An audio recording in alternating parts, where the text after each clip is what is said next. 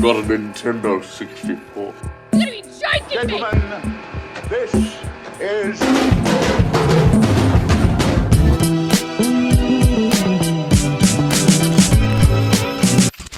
What is up, everyone? Adam from FWCI, and something got recommended in the comments.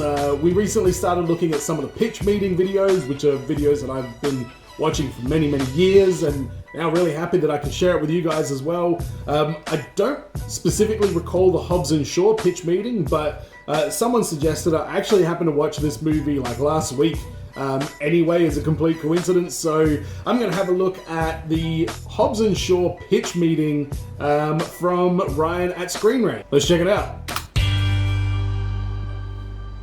All right. So, you have a Fast and Furious spin-off for me? Yes, Hell sir, yeah. I do. And I really put in a lot of work to get into the right mindset for a script like this. Oh, you did a lot of research on cars, huh? No, I took a lot of testosterone supplements I found on the black market. Whoa, geez, okay, and that helped. It did. I feel much more manly and aggressive. My pee is a healthy shade of dark red, and I can pretty much warg at will.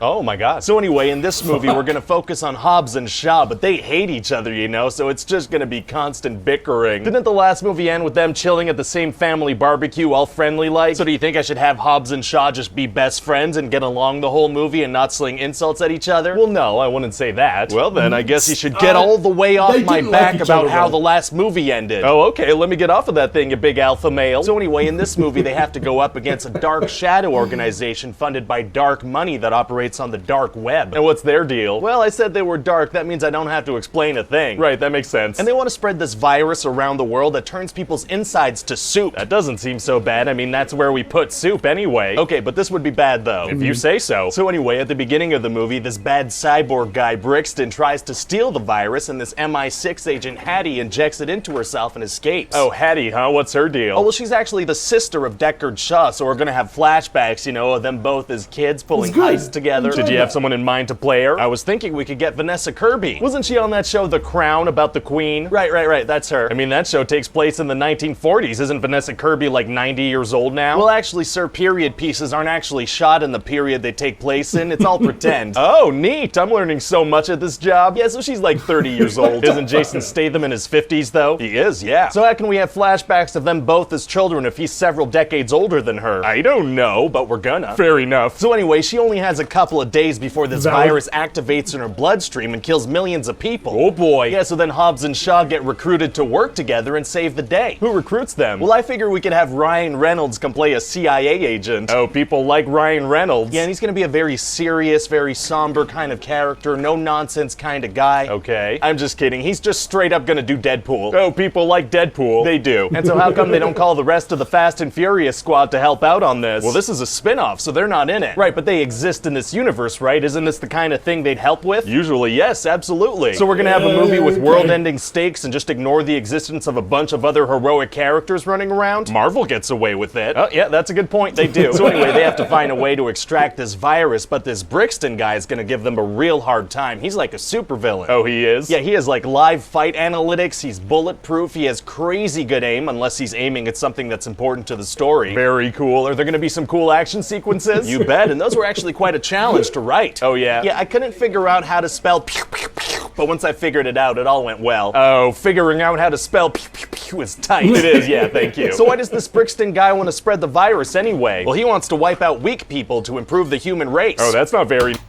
I just want to say at this point, my prediction on the super easy belly and inconvenience is going to be for the end of the movie where they figure out that all they need to do is have two people try and fight him at the same time, and then they can actually win.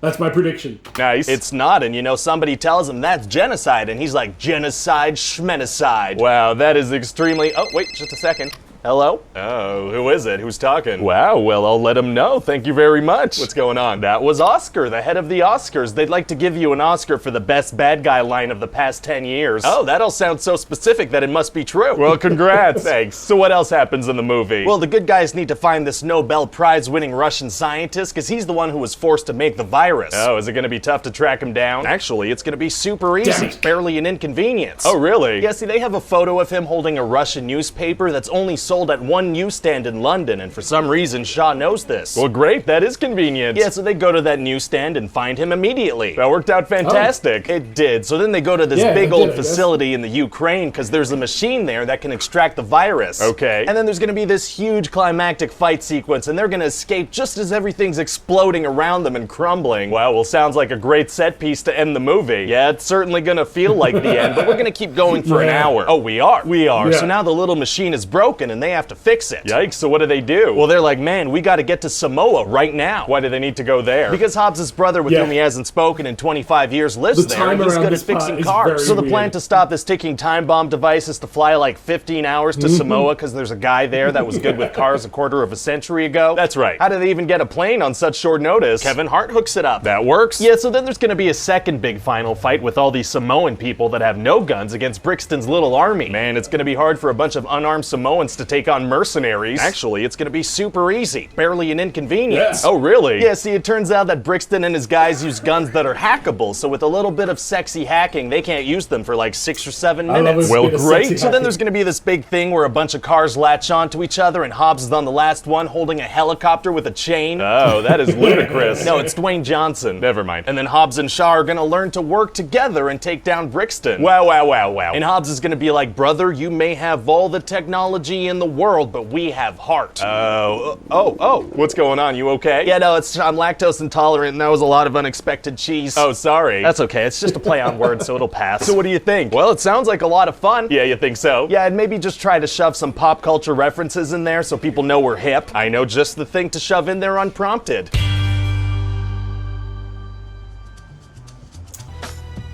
Yeah, that doesn't age well, that last little bit there, because these days nobody would give a shit, but okay, yeah, that was good. I personally really enjoyed Hobbs and Shaw.